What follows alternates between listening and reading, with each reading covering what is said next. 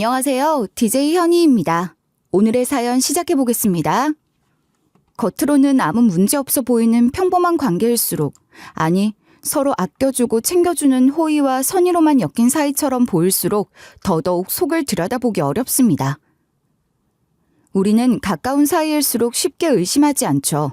익숙하다는 이유만으로, 오래 봐왔다는 이유만으로 아무 의심 없이 믿게 되고 그렇게 무방비한 상태가 되곤 합니다. 그래서일까요? 진짜 위험은 늘 그 가까움, 믿음 속에 숨어 있더라고요. 사람의 본심은 겉으로 드러나는 친절이나 미소와는 전혀 다른 얼굴을 하고 있을 때가 있습니다. 그리고 안타깝게도 우리는 그걸 늘 한참 뒤늦게야 깨닫게 되죠. 여러분은 혹시 누군가의 진짜 속마음을 너무 늦게 알아차린 적 있으신가요? 그 본심을 마주한 순간 섬뜩한 소름이 온몸을 훑고 지나간 적은요? 저는 오늘 손이 달달 떨릴 만큼의 배신과 공포를 경험하게 됐던 그날의 이야기를 들려드리려 합니다.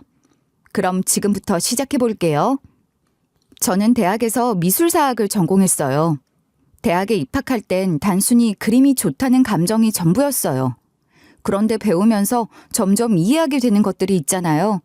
미술사학을 전공하면서 그림이나 조각 하나하나에 얽힌 시대와 작가의 삶을 들여다보는 게 참 흥미롭더라고요. 그래서 대학원에선 전시기획과 박물관학을 집중해서 공부하기 시작했죠. 전시란 건 그냥 단순히 작품을 걸어두는 게 아니었어요. 관람 동선 하나, 조도 하나까지도 관객의 시선과 감정에 영향을 미친다는 걸 알게 된 이후로는 공간에 이야기를 입힌다는 게 저에겐 마치 소명처럼 느껴졌죠. 졸업 후엔 운 좋게 지역미술관 큐레이터로 취업했는데 처음엔 작은 몇 평짜리 갤러리 코너를 관리하는 역할이었어요. 작가 연락부터 패널 글쓰기, 작품 운송까지 온갖 허드렛 일을 다 했지만 오히려 그런 경험이 다 나중에 자양분이 되더라고요. 거기서 몇 년 일한 뒤엔 프리랜서로 독립했어요. 처음엔 불안정했죠. 전시 한 건 끝내고 나면 바로 다음 달 카드값을 걱정해야 했어요. 그땐 버틴다는 게 전부였어요. 하지만 결국 진심이란 건 통하더라고요. 제가 맡은 전시가 한두 번 입소문을 타기 시작하더니 작가들이나 관계자들 사이에서 좋은 얘기들이 퍼지기 시작했어요. 요즘은 미술업계도 워낙 발전했지만 제가 젊은 시절만 해도 그렇진 않았거든요. 그 틈 속에서 제 기획이 좀 어필이 됐던 거죠. 그렇게 하나둘 전시 제안이 들어왔고 때로는 기업 컬렉션 정리 의뢰, 때로는 해외 아트페어 참여 기획도 하게 됐어요. 기획한 전시가 해외 예술지에 실렸을 땐 새벽에 기사를 읽고 펑펑 울었던 기억도 나네요. 반면 남편은 저랑은 정말 다른 세상 사람이었어요. 미술계 사람이 아닌 건 물론이고 심지어 문화예술에는 전혀 관심도 없던 사람이었죠. 남편은 냉난방 설비업체를 운영하면서 기술 하나로 열심히 사는 사람이었는데 친구의 지인이었던 저를 보고 첫눈에 반했다고 하더라고요. 미술 전공했어요. 지금은 프리랜서로 전시 기획하고 있고요. 그게 그러니까 막 미술관 전시 그런 걸 직접 만드는 거예요? 뭐 그렇다고 할 수 있겠죠. 공간 구성부터 작가 섭외, 설치, 해설까지 전체적인 걸 보는 거니까. 와, 영선 씨 진짜 멋지네요. 그런 거 솔직히 나는 잘 모르거든요. 근데 역시 영선 씨는 멋집니다. 뭔가 달라요, 달라. 처음인 뭣도 모르는 남편이 뭐 눈에 들어왔겠어요. 그런데 남편이 언젠가부터 매일같이 저를 찾아와선 손편지를 써서 제게 줬어요. 편지지에 기름때가 묻어있을 정도로 그 투박한 손으로 한자 한자 눌러 쓴 글자들을 읽는데 처음엔 뭐 이런 사람이 다 있나 싶다가도 점점 저도 모르게 남편이 기다려지더라고요. 뭣도 없고 꾸밀 줄도 모르지만 그 투박한 진심에 이상하게 마음이 따뜻해졌어요. 처음엔 당황스럽고 낯설었지만 결국 저도 그 정성에 조금씩 마음을 열게 된 거죠. 그렇게 첫 연애를 남편과 했고 우린 결혼까지 하게 됐습니다. 결혼 후 남편은 말 그대로 승승장구했어요. 재건축 단지에 설비 납품 계약 큰 건을 따내더니 그걸 기점으로 회사가 빠르게 성장했어요. 법인으로 전환하면서는 사무실도 따로 얻고 직원도 늘리고 매출도 몇 배로 뛰었죠. 남편은 말 그대로 전문가였어요.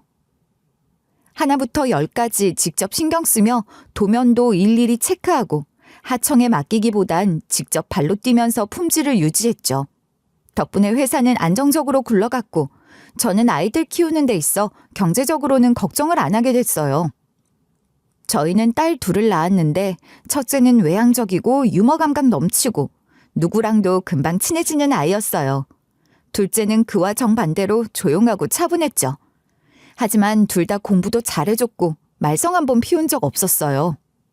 큰 소리 한 번 안 나게 스스로 길을 찾았고 첫째는 제법 큰 제약회사에 들어갔고 둘째는 명문의대에 진학했어요. 그런데 30이 되어서야 연애라는 걸 처음 해봤던 저를 닮은 건지 어째 우리 딸들은 도무지 연애라는 걸 할 생각이 없어 보였어요. 둘 다 외모도 빠지지 않고 성격도 사회성도 나쁘지 않은데 도통 연애에 관심이 없더라고요.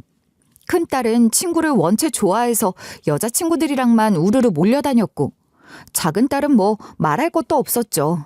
의대 공부에 실습에 봉사활동, 도대체 연애가 들어갈 틈이 없었어요. 너는 어째 연애라는 걸 안 하니? 아니 소개팅이라도 좀 해보든가. 귀찮아. 뭐 굳이 그렇게까지 사람을 만나. 어머 얘 봐라. 너 그러다 금방 30 된다. 엄마도 30에 처음 연애했다며. 그거야 그렇지만 다 큰 딸들이 둘 다 연애는커녕 잘못 걸려온 전화 한 통조차 없었으니 부모 입장에선 저러다 시집은 가겠나 싶기도 하고 그렇더라고요. 그런데 그렇게 연애는 남의 일인 양 지내던 큰딸이 갑자기 변하기 시작한 거예요. 퇴근하고도 늦게 들어오는 날이 늘고 주말이면 늘 이불 속에 파묻혀 뒹굴기만 하던 애가 화장을 하고 외출을 하기 시작했어요. 처음엔 늘 만나는 친구들 만나러 가나 보다 싶었는데 며칠 뒤엔 손톱까지 관리를 받고 온 큰딸을 보고 확신이 들었죠. 너 요즘 왜 이렇게 꾸미고 다니냐? 아니 뭐 그냥 이제 나도 나이도 있고 관리 좀 해야지. 거짓말 하지 마. 딱 봐도 연애 시작했구만. 아유 정말 그런 건 귀신같이 알아차려. 저도 놀랐지만 더 놀란 건 남편이었어요. 나름대로는 충격이었나 보죠. 집에 한번 데려와봐라 그래. 남자는 남자가 봐야 한다. 됐어. 무슨 아직 결혼할 것도 아니고. 결혼을 하든 안 하든 어떤 놈인지 봐야지. 남자는 남자가 봐야지 하는 거야. 그렇게 남편이 우겨대서 결국 처음 사위를 만나게 됐어요. 딸이 다니던 제약회사에서 만났다는 사위는 아주 반듯하고 깔끔한 인상이었어요. 예의도 바르고 첫인사부터 남편의 비위를 잘도 맞춰가며 대화를 이어가더라고요. 남편은 일부러 맥주를 꺼내오더니 남자는 술 마셔봐야 안다며 진탕 취하게 하려 들었어요. 한 잔 더 하지. 자네 원샷 가능하지? 예, 그럼요 아버님. 하지만 취해서도 끝까지 흐트러지지 않는 모습에 남편도 결국 고개를 끄덕였어요. 그래, 뭐 나쁘지 않네. 오, 합격점 준 거야? 누가 합격이래. 그냥 뭐 이 정도면 나쁘지 않다 그거지. 그렇게 질투 많은 남편까지 허락한 끝에 두 사람은 진지하게 교제를 이어갔고 몇 년간 만나는 동안 사위는 약사 면허를 딴 후 제약회사를 그만두고 본격적으로 약국에서 근무하기 시작했어요. 안정적이고 성실한 커리어를 쌓아가며 차근차근 자기 삶을 준비해 가더라고요. 그 모습도 참 든든하고 좋아 보였죠. 그러면서 저희 가족과도 정말 한 식구 같은 사이가 되어갔어요. 결혼 전인데도 이미 사위나 다름없었죠. 몇 해 전 겨울, 제가 꽤 힘든 시기를 겪은 적이 있었거든요. 당시 코로롱 시국으로 전시 일정이 줄줄이 취소되거나 연기되면서 마음이 바닥까지 무너져 내렸던 때가 있었죠. 의욕도 없고 무엇보다 오랜 시간 준비해온 것들이 허망하게 사라지는 기분이 들어 누구에게도 말 못하고 가만히 있던 어느 날 사위가 제게 연락을 해왔어요. 어머님 혹시 괜찮으시면 잠깐 뵐 수 있을까요? 응? 무슨 일 있어? 아니요, 드릴 게 있어서요. 잠깐이면 됩니다. 그렇게 만나서 받은 건 제가 예전에 기획했던 전시들을 모은 도록이었어요. 정말 깜짝 놀랐어요. 사위가 제가 쓴 자료를 모으고 정리해서 독립 출판물처럼 만든 거였어요. 표지도 제 취향을 고려해서 우드톤으로 깔끔하게 뽑았더라고요. 어머님 전시 자료 중에 인상 깊었던 것들을 톤별로 한번 정리해봤어요. 이걸 네가 다 만든 거야? 네, 도록이라고 하긴 조악하지만 그래도 기념으로 받아주세요. 그 순간 눈물이 핑 돌았어요. 제가 어려운 상황인 걸 알고는 이렇게 챙겨줄 만큼 세심한 사람이면 내 딸을 맡겨도 되겠다 싶었어요. 그 이후로는 모든 게 순조롭게 흘러갔어요. 양가 상견례도 문제없이 잘 마쳤고 결혼 준비도 서로 맞춰가며 원만하게 진행됐어요. 귀하게 키운 딸이었지만 사위가 너무 믿음직했기 때문에 저희는 한시름 놓았죠. 이제 됐다. 여보, 우리도 이제 좀 여유롭게 살자. 그러게 어쩌다 벌써 우리 애가 시집을 가네. 내가 60 넘어서 이런 말하는 거 남들이 들으면 비웃을란가 모르겠는데 나 이제야 어른 된 것 같다, 여보. 당신도 그래? 나도 그래. 이제 진짜 어른 된 기분이야. 여보, 이제 우리도 우리 인생 좀 즐기자. 아직 둘째는 남아있었지만 큰딸이 든든한 짝을 만나 새로운 가정을 꾸린다는 것만으로도 삶이 훨씬 안정돼 보였어요. 이젠 남편과 노후를 즐길 일만 남았다고 생각했죠. 그래서 더 믿기지 않았어요. 딸 시집 보내고 겨우 석 달쯤 되던 날, 그날도 남편은 늘 그랬듯이 새벽같이 작업복 챙겨 입고 나갔어요. 서울 외곽에 있는 상가 건물 리모델링 현장 들어갔다가 올게 하면서 새로 들어온 직원들 교육을 직접 챙기겠다며 도시락을 들고 나갔죠. 그런데 남편 회사 직원에게서 갑작스러운 연락이 온 거예요. 사모님, 저기 사장님이 방금 3층에서 올라가셨다가 철판이 갑자기 떨어지면서. 뭐라고요? 철판이요? 지금 어딘데요? 병원이에요? 남편은요? 저는 그 자리에서 휴대폰만 달랑 집어들고 뛰쳐나갔어요. 손이 덜덜 떨려 운전대를 잡을 엄두가 안 났고 결국 골목 입구에서 택시를 잡아탔어요. 기사님께 병원 이름을 대는데 입이 제대로 떨어지지도 않았고 온몸이 굳은 것처럼 움직이지 않았어요. 창밖을 보는 것도 말을 하는 것도 호흡을 가다듬는 것도 다 버거웠죠. 무슨 정신이었는지 모르겠어요. 병원에 도착했을 때 남편은 이미 중환자실로 들어간 상태였어요. 온 얼굴이 붕대로 감겨 있었고 피멍이 든 손등 위로 수액줄만 겨우 박혀 있었어요. 의사는 조심스럽게 말을 꺼냈지만 내용은 참혹했어요. 머리에 가해진 충격이 너무 커서 뇌압이 이미 한계치를 넘었고 사실상 의식이 돌아오긴 어려울 거라고요. 최선을 다하겠습니다. 하지만 지금 상태로선 가능성이 매우 낮습니다. 마음의 준비를 조금씩 하셔야 할 것 같아요. 말도 안 돼요. 오늘 아침에도 멀쩡히 나갔다고요. 점심때 도시락 먹자고 했던 사람이에요. 그렇게 갑자기, 어떻게 이렇게 갑자기. 저는 밤새 남편의 손을 붙잡고 있었어요. 기적이 일어나 주길 바라며. 하지만 그 희망은 아침이 밝기도 전에 산산이 무너졌어요. 결국 남편은 끝내 제 손을 놓고 숨을 거뒀어요. 마지막 순간까지 한마디 말도 남기지 못한 채로요. 남편이 떠난 이후로 집안 공기는 말 그대로 얼어붙고 말았습니다. 거실 소파도 식탁도 현관 앞 신발장도 어느 하나 그대로인데 그 사람 하나 없는 게 마치 모든 걸 잃은 듯 느껴졌어요. 퇴근한 남편이 양말 벗어놓던 자리에 멍하니 앉아있다 보면 숨이 턱 막히는 기분이었죠.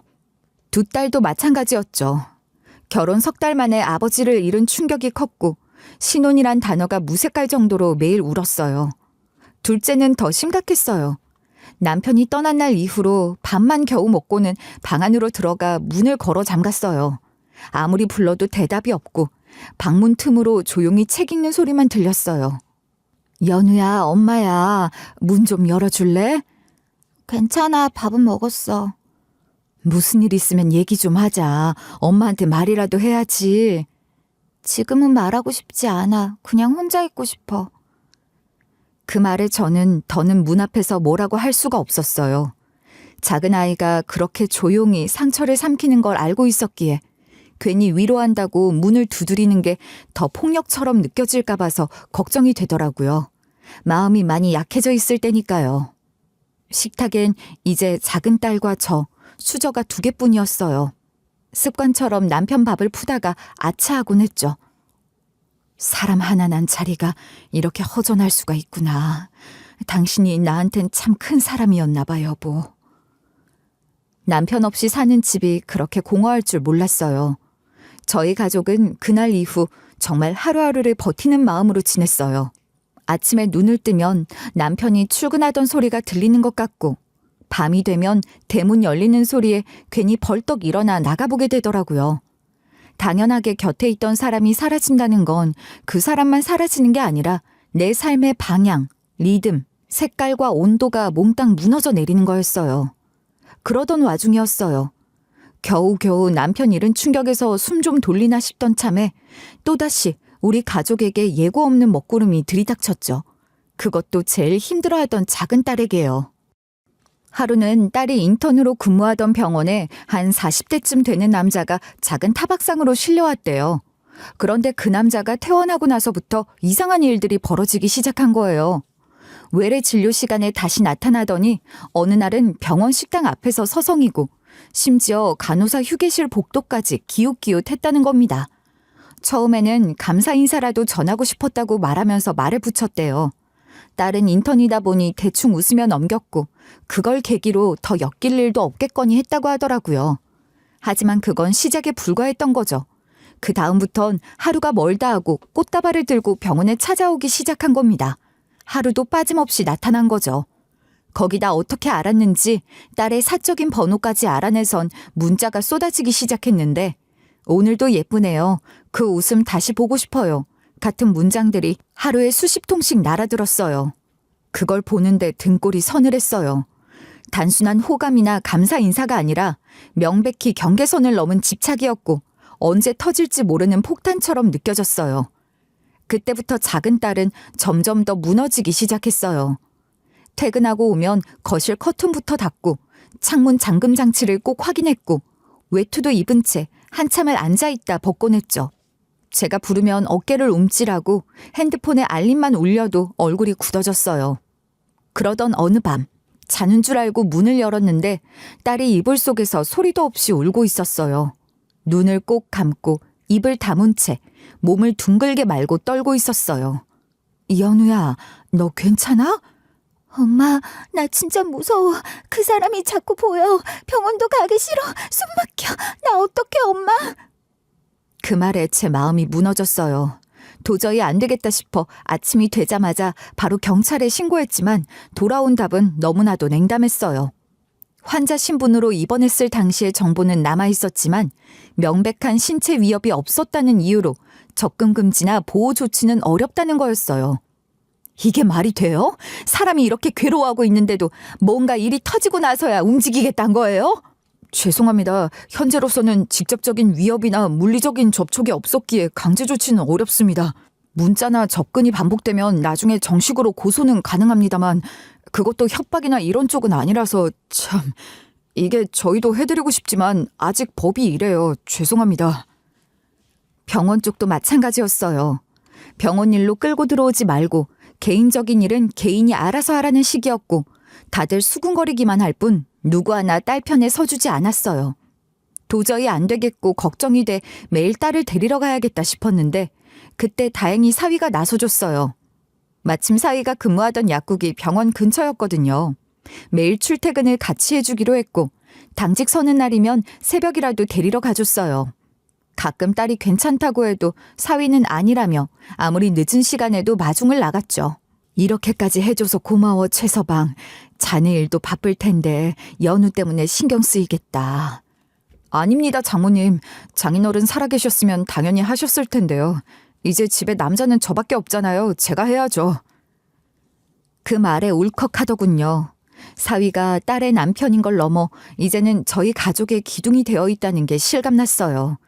제 남편이 아들 같은 사이를 두고 가준 듯 느껴지기도 했고요.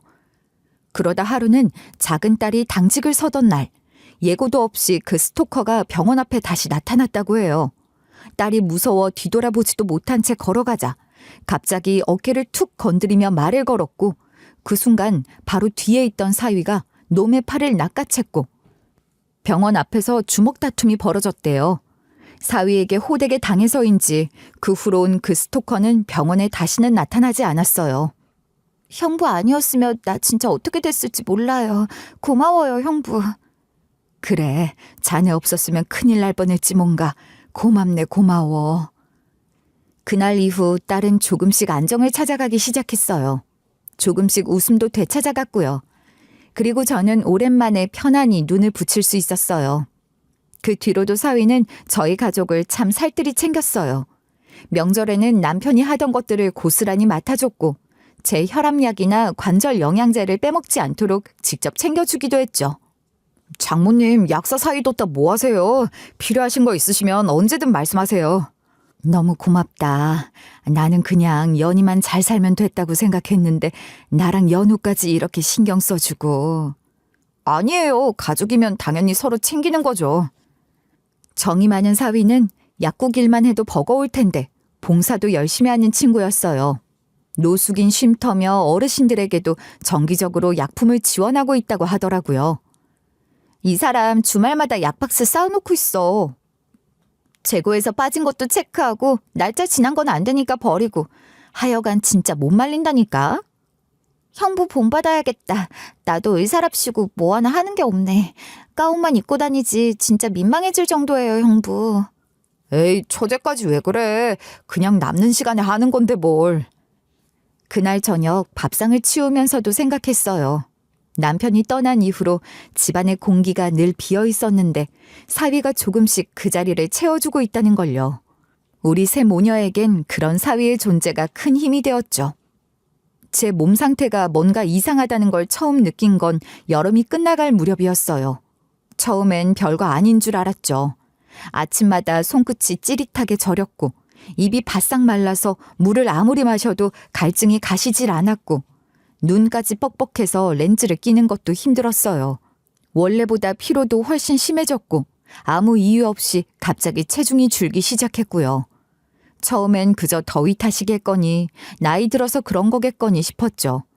스트레스나 피곤하면 누구나 한두 가지쯤은 겪는 증상 아닌가 싶었고 일에 치여 살다 보니 그런 신호들을 그냥 대수롭지 않게 넘겼던 거예요. 그러던 어느 날이었어요. 병원 외래 진료를 예약해놨던 날 둘째 딸이 같이 가겠다며 제 손목을 붙들고는 말했어요. 엄마, 요즘 안색 진짜 안 좋아. 내가 꼭 검사 받아보라고 했지. 이번엔 꼭 피검사, 염증 수치 이런 거 다 해보라고. 그 정도까진 아니야. 그냥 좀 피곤한 거지. 잠을 좀 못 자서 그런가 봐. 엄마, 내 말 좀 들어. 의사 딸 뒀다가 국 끓여 먹을래?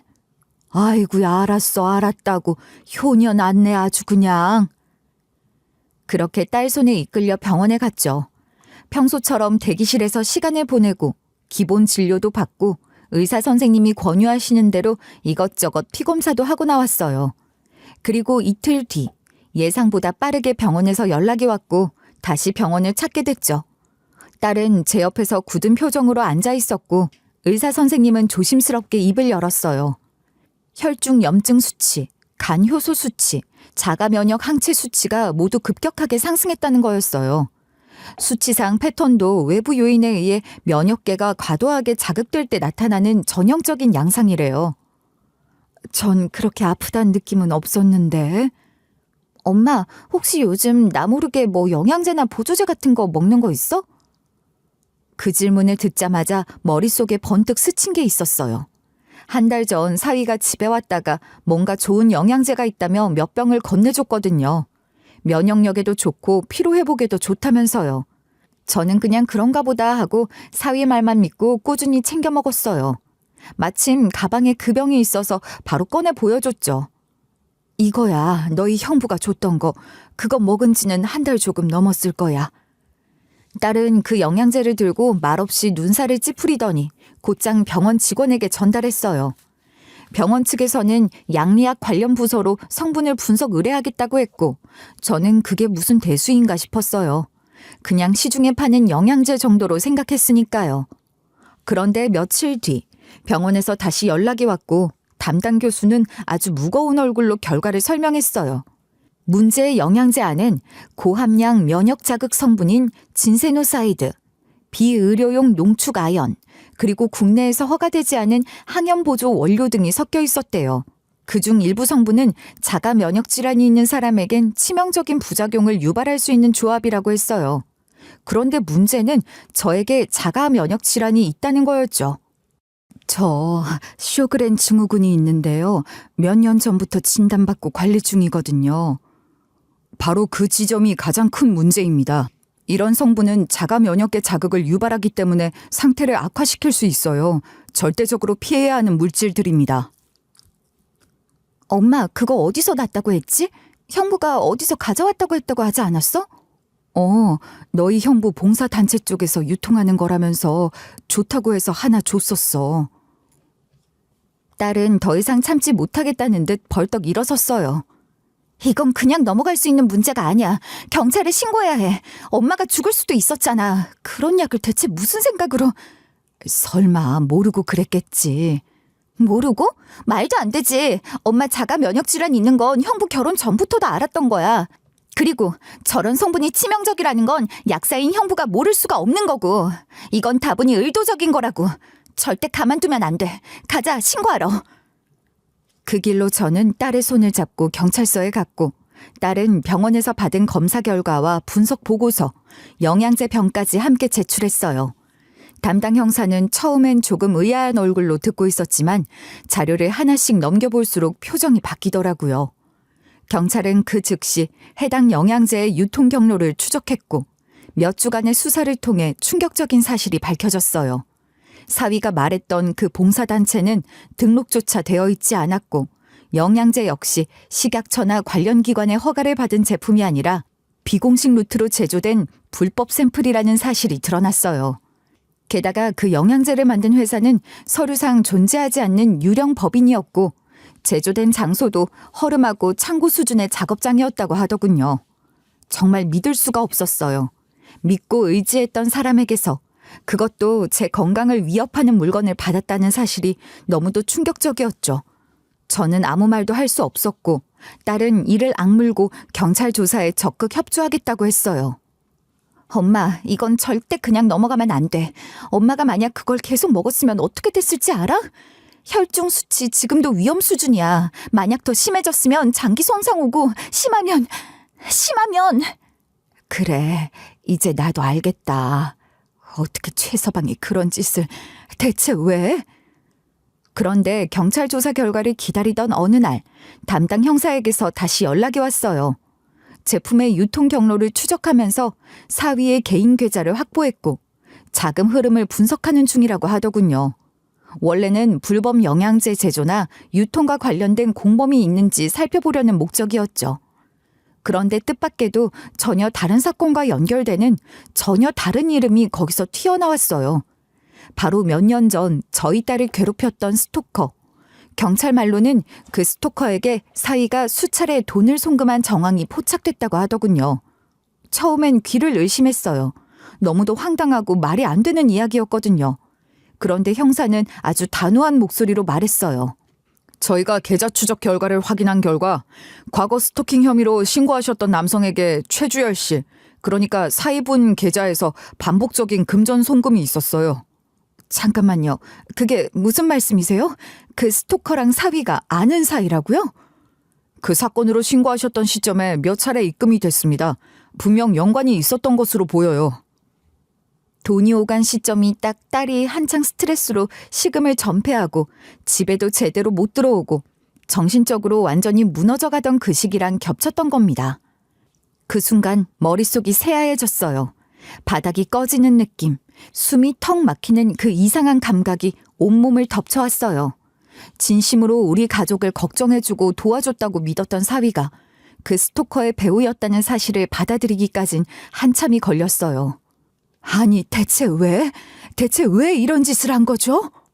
익숙한 패턴입니다. 스토킹 사건을 조작해서 본인이 해결사처럼 등장하고 그걸 계기로 가족 신뢰를 얻으려는 흔한 수법이죠.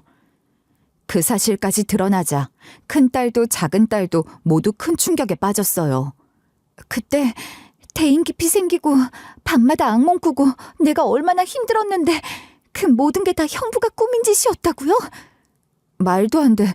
어떻게 그런 짓을 해. 인간이 어떻게 그럴 수가 있어. 나는 고맙다고, 우리 사위 장하다고 약국도 크게 하나 차려주려고 했어. 봉사한다니까 지원도 해주고 다 믿었지. 사위 하나 잘 뒀다고, 우리는 복받았다고. 그러니까 그 모든 게 유산 때문인 거구나. 어쩐지 자꾸 아빠가 남기고 가신 게 얼마나 되는지 떠보려고 하더라니. 그럼 그게 다... 그래, 그거 다 계획이었어.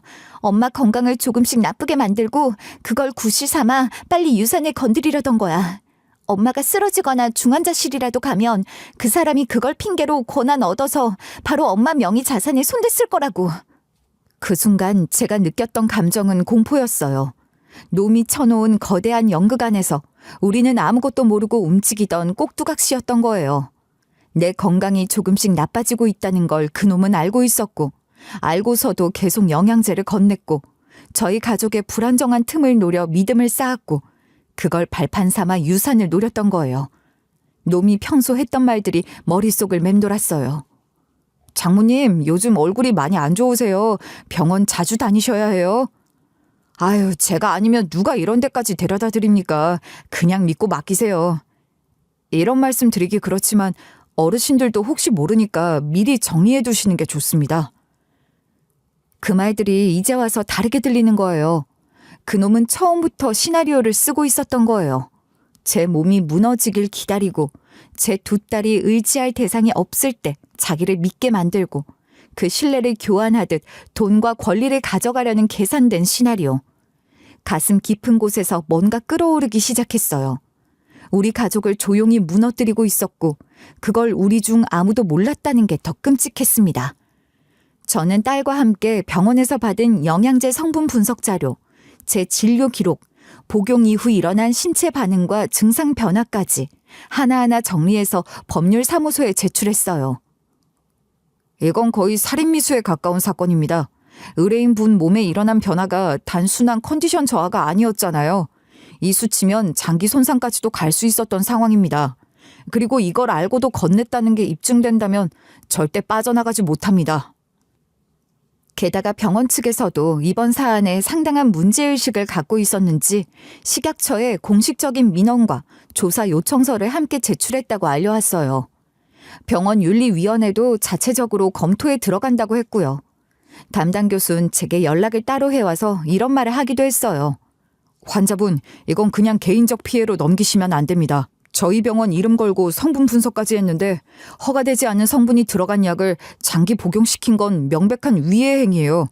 의료기관에서도 공익 차원에서 문제 제기할 수밖에 없습니다.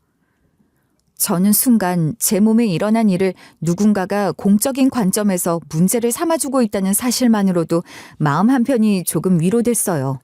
하지만 한 가지 문제가 남아 있었어요. 이 모든 정황과 사실들을 더 이상한 방식으로 뒤흔들 수 있는 결정적인 고의성 입증 자료가 필요했으니까요. 사위가 제가 어떤 병을 가지고 있었는지 알고 있었는지, 그걸 정말 알고도 그런 약을 준 건지, 그걸 명확히 증명할 수 있어야 했거든요. 그런데 정말 믿기 어려운 일이 벌어졌어요. 경찰 디지털 수사팀이 사위의 이메일 계정을 복원하는 과정에서 놈의 이메일 초안함에 저장돼 있던 문서를 발견한 거였죠. 그 문서엔 제 딸이 과거 병원에서 받은 의료 정보 중 가족력 항목에 적어두었던 모 쇼그렌 증후군 병력이 정확하게 정리돼 있었어요. 심지어 그걸 보기 좋게 정돈된 문서 형태로 정리해 놓은 채 초안함에 저장해두고 있었던 거예요. 경찰은 그 문서를 결정적인 증거로 판단했고 이메일 접근 경로와 아이디 사용 시간, IP 로그까지 확인해 사위가 직접 작성한 게 맞다는 걸 명백히 밝혀냈어요. 단순한 무관심이나 실수가 아니라 아주 순도 높고 명백한 의도적 행위였던 증거였죠. 그러니까 제가 어떤 병을 가지고 있는지 정확히 알고 있었고 그 병을 악화시킬 수 있는 특정 성분을 포함한 제품을 선별해서 건넨 것이 명확해진 거였어요. 그건 그냥 죽으라고 준 약이나 다름없는 짓이었어요. 조사 과정에서는 사위가 제 명의로 되어 있던 소형 건물 한 채의 등기 이전 절차를 준비 중이었다는 사실도 드러났어요. 경찰은 관련 문서와 공인중개사 사무소에 남겨진 위임장 파일을 확보했고 거기엔 제 이름과 인감 도장이 포함된 서류가 있었어요. 그런데 그 서류엔 제가 도장 찍은 흔적이 없었고 심지어 날짜가 제가 병원에 입원 중이던 기간으로 확인됐어요. 엄마, 이 인감증명서 위임장 진짜 엄마가 작성한 거야? 아니, 난 그런 거 본 적도 없어. 내가 도장 찍은 기억도 없고. 저 서류 날짜는 내가 전시 물품 받느라 미술관에 하루 종일 있었던 날이야. 어떻게 저걸 만들었지? 위조한 거야. 엄마 인감 도장이랑 가족관계 증명서 뽑아가지고 그걸 몰래 만들어 놓은 거지. 이대로 갔으면 등기까지 넘어갈 뻔했어. 큰일 날 뻔했어, 진짜. 심지어 더 뒤늦게 밝혀진 게 하나 더 있었어요. 사위가 딸의 명의로 된 보험 중 일부를 제가 대신 납부하도록 유도한 적이 있었는데 그걸 당시엔 아무 의심 없이 그냥 도와준 거였어요. 그는 장모님 명의로 납부하면 세금 공제도 되고 혜택도 크다고 했고 저는 그런가 보다 싶어서 통장 자동 이체만 연결해놨었거든요. 그거 혹시 나중에 무슨 이상한 문서라도 만들어서 그 보험을 자기 명의로 돌리거나 그런 거 하려던 건 아닐까? 그럴 수도 있어. 언니한테도 보험 관련해서 한참 물어봤었대. 누가 누구 걸 납부하면 어떤 혜택이 있냐, 세금은 어떻게 정리되냐 되게 꼬치꼬치 캐물었다더라. 내가 어떻게 그렇게 믿었을까? 우리가 마음을 여는 만큼 서류를 만들고 권한을 확보하고 그러는 동안 어떻게 그렇게 철석같이 믿고 바보처럼. 만약 영양제 사건이 없었으면 우린 계속 몰랐겠지. 그놈은 이미 다 가져갔을 거야. 아마 지금쯤 엄마 명의 다 정리됐을 거고 엄마는 입원했을 수도 있고. 생각만 해도 끔찍해. 정말 딱 그 말 그대로였어요. 그 사건이 없었더라면 저는 계속 그놈 말을 믿었을 거고 그놈에게 점점 더 많은 걸 넘기고 있었을 거예요. 사위놈은 뻔뻔하게도 초반엔 일관되게 무죄를 주장했어요. 고개를 절레절레 흔들며 그럴 리가 없다, 오해다, 절대 그런 의도가 아니었다는 말만 되풀이했죠. 그런데 이미 놈의 거짓말을 감싸줄 만한 여지는 어디에도 없었어요. 저희가 준비한 자료뿐 아니라 경찰과 검찰에서 확보한 증거가 이미 벽처럼 쌓여 있었거든요. 병명을 알고 있었던 정황, 영양제 성분 분석, 의료기록 불법 열람 기록, 위조된 부동산 서류, 그리고 스토킹 피해자 진술까지 하나하나가 사위의 의도를 명확히 보여주는 증거였어요. 어떻게 그럴 수가 있지? 그렇게까지 하고도 고의가 아니라는 말을 계속하는 게 차라리 깨끗하게 죄를 인정하든가. 엄마, 그런 놈은 그런 거 몰라. 끝까지 피해자 코스프레 하면서 빠져나갈 궁리만 할 거야. 작은 딸의 말 그대로였어요. 사위는 변호인을 통해 순간적인 착오였다. 계획적인 범죄는 절대 아니다. 의도가 아니라 결과가 나빴을 뿐이라는 주장을 반복했어요. 특히 마지막 진술에선 울먹이기까지 하며 장모님과 아내를 정말 가족처럼 생각했고 진심이었다는 말까지 했죠. 재판 내내 사위는 한 번도 저희 쪽을 똑바로 바라보지 않았어요. 눈을 내리깔고 있거나 굳은 얼굴로 앞만 응시한 채였어요. 들키지만 않았으면 저희 셋은 아직도 그 사람 손바닥 위에서 웃고 있었겠죠. 하지만 판사는 그런 말장난에 넘어가지 않았어요. 이 사건은 단순한 의료 과실이나 금전적 사기가 아니라 가족이라는 이름 아래 신뢰를 악용하고 생명을 위협한 명백한 계획 범죄입니다. 피해자들이 신체적으로 정신적으로 입은 피해는 매우 크며 피고인은 그 점을 끝까지 인정하지 않았습니다.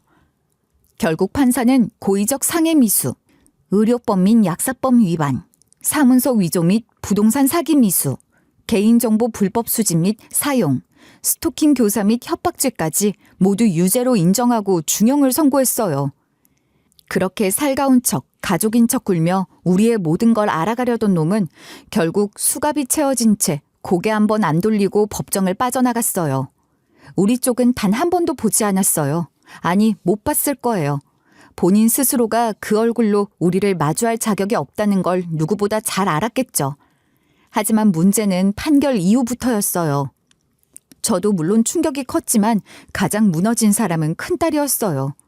저도 저지만 큰딸은 아마 더 했을 거예요. 그놈과 한 입을 덮고 같은 집에서 살았던 사람이잖아요. 그래서 큰딸은 처음에는 말도 제대로 못했어요. 밥도 못 먹고 방 안에만 틀어박혀 있었죠. 얼굴은 하얗게 질렸고 눈이 퀭했어요. 그 모습이 너무 마음이 아팠어요. 엄마, 나 진짜 어떻게 해야 돼? 내가 어떻게 그런 사람이랑 살았는지 모르겠어. 그 사람이 엄마를 죽일 수도 있었는데. 네가 뭘 잘못이니? 그놈 얼굴에 다 속았지. 나도 속았어. 우리 셋 다 그렇게 당한 거야. 네가 무슨 죄가 있어? 나 때문에 잘못하면 엄마 잃을 뻔했잖아. 엄마가 내 눈앞에서 그런 일이 있었으면 난 못 버텼을 거야. 첫째는 결국 직장도 휴직했고 요양병원에 잠시 입원까지 했어요. 약물 치료도 병행했고 심리 상담도 꾸준히 다녔죠. 이혼 소송은 그나마 간단하게 끝났어요. 아이가 없었고 정식 형사 재판까지 받은 사람이었기 때문에 법원에서도 이혼 사유를 인정했고 몇 달 안 되어 이혼이 확정됐죠. 그렇게 법적으로 정리를 하고 나니 큰딸도 조금은 마음이 후련해진 듯 보이더군요. 시간이 좀 걸리긴 했지만 우리 셋은 그렇게 결국 제자리로 돌아왔어요. 멀게만 느껴졌던 평범한 일상이 어느 순간 자연스럽게 곁으로 돌아와 있었고 그 속에서 각자 나름의 속도대로 자리를 잡아가고 있었죠. 저도 이제는 일을 정리하고 은퇴한 뒤 오랜만에 저 자신을 위한 시간을 보내고 있어요. 한동안은 낯설었지만 지금은 이 고요함이 참 좋습니다. 책도 실컷 읽고 어디 아프지 않으면 근교 여행도 다니고 정기적으로는 개인 작가들 스튜디오에 들러 전시 조언도 해주고 있어요.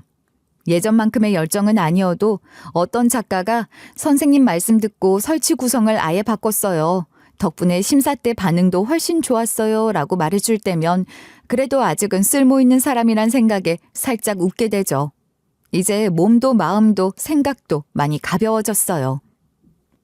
첫째 딸은 직장에 복귀해 일에 집중하고 있어요. 한때는 모든 걸 내려놓을 듯 주저앉았던 아이인데 다행히 다시 전처럼 밝은 아이가 됐죠. 둘째 딸은 드디어 레지던트가 됐고 희망하던 진료과에도 배정됐어요. 레지던트라는 게 몸도 마음도 많이 소모되는 자리라 걱정이 됐지만 둘째는 아주 씩씩하게 잘 버텨주고 있어요. 삶은 한 번씩 아무런 예고 없이 구겨지곤 하죠. 아무 경고 없이 들이닥치고 정신 차려보면 내가 아무렇지 않게 짓밟힌 때도 있어요. 저도 제 딸들도 그랬어요. 그러나 그 구겨진 자리를 조금씩 다시 펴내는 일, 그건 결국 다시 사람의 몫이었어요. 시간만 흘러간다고 펴지지 않더라고요. 매일매일 자리를 닦고 손으로 꾹꾹 눌러가며 조금씩 다시 펴야 했어요. 그렇게 우리 세 모녀는 그 일을 해냈죠. 그리고 지금 저희 세 모녀는 각자 자기 삶을 묵묵히 잘 살아가고 있어요. 휴일이면 셋이 같이 시장에도 가고 집 근처 맛집도 하나씩 섭렵하며 웃음꽃 피우고요. 무슨 얘기를 하다 울다가 웃다가 하다 보면 어느새 밤이 깊어요.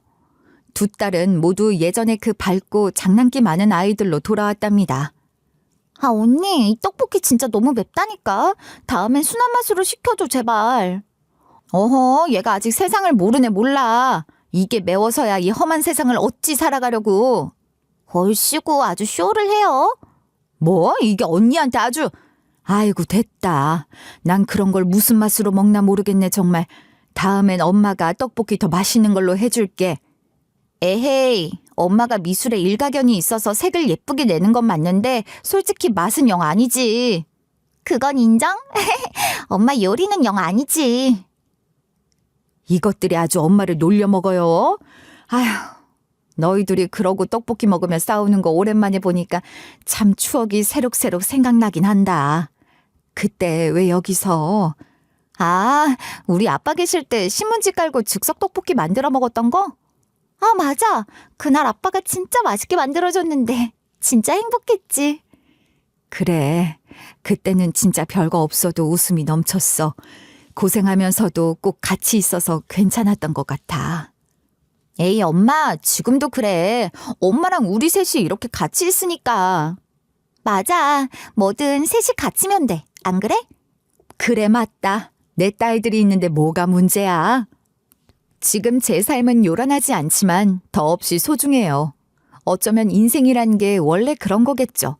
한땐 바쁘고 한땐 슬프고 한땐 아프지만 결국엔 서로의 곁에서 다시 평범한 웃음을 나누는 것으로 돌아오는 것. 그렇게 다시 평범해졌다는 사실 하나만으로도 지금 저는 충분히 감사하며 살고 있어요. 굳게 믿었던 사람에게서 상상을 초월하는 배신을 당한 뒤 저도 저희 가족도 모두 한동안 많이 무너졌습니다. 그 사람이 우리 가족을 위험에 빠뜨릴 수도 있었다는 생각에 분노보다도 더 큰 공포가 밀려왔고요. 어떻게 사람이 저럴 수 있을까? 내가 왜 진작 몰랐을까 하는 자책도 끊임없이 저를 괴롭혔죠. 그런데 시간이 조금씩 흐르면서 저는 결국 그 끝에서 또 한 번 배우고 성장하게 되었습니다. 평생을 살아오면서도 한 번도 겪어보지 못했던 배신이었고, 동시에 그런 극한 상황에서조차 결국 삶은 계속된다는 걸 배웠죠. 60이 넘은 나이에도 또 새롭게 배우는 게 있다는 게 참 우습기도 하지만 인생은 그렇게 끝까지 사람을 단련시키는구나 하는 생각도 들더군요. 생각해보면 삶이란 결국 마지막 순간까지 깨지고 부딪히고 넘어지고 그럼에도 다시 일어서며 뭔가를 배우는 과정이 아닐까 그런 생각이 드네요. 그 일을 겪으며 가장 크게 달라진 건 이제는 누구를 만나든 좋은 사람이라는 이유만으로 무작정 마음을 열지 않는다는 점입니다. 아무리 오래 알고 지낸 사이더라도 아무리 친절하고 헌신적인 모습이라도 그 속에 어떤 이면이 있을 수 있는지는 누구도 쉽게 단정 지을 수 없다는 걸 이젠 알거든요. 혹시 지금 여러분 곁에도 너무 좋은 사람이 있다면 한 번쯤은 멀리서도 그 관계를 들여다보시길 권해드리고 싶어요. 가까이 있을수록 너무 믿을수록 그리고 그 상대가 내가 어렵고 힘든 시기에 찾아온 좋은 사람일수록 놓치게 되는 것들이 분명 있으니까요. 저희처럼 너무 늦기 전에 꼭 필요한 경계와 확인이 여러분을 지켜줄 수 있을지도 모릅니다. 그럼 오늘 제 긴 이야기 끝까지 들어주셔서 진심으로 감사드립니다. 이런 이야기를 꺼낸다는 건 여전히 쉽지 않은 일이지만 누군가에겐 작은 경고가 또 누군가에게는 조용한 위로가 될 수 있길 바라며 모두들 평안하시길 빕니다.